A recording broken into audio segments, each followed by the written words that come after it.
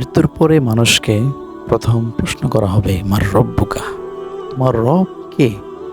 পৃথিবীতে তোমার রব কে ছিলেন?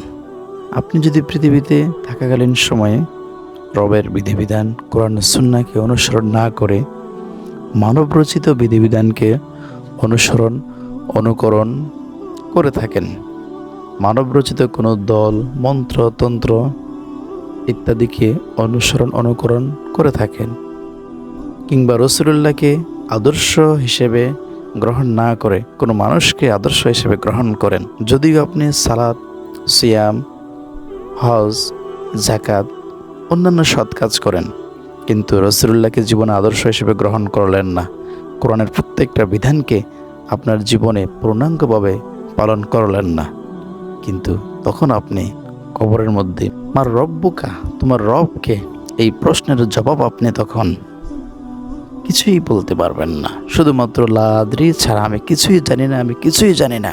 এজন্য মৃত্যুর আগেই আল্লাহ সুবহানাহু ওয়া তাআলার বিধিবিধান পালন করা, তাকে চিনা, রাসূলুল্লাহকে জীবনের আদর্শ হিসেবে গ্রহণ করা আমাদের জন্য একান্ত কর্তব্য।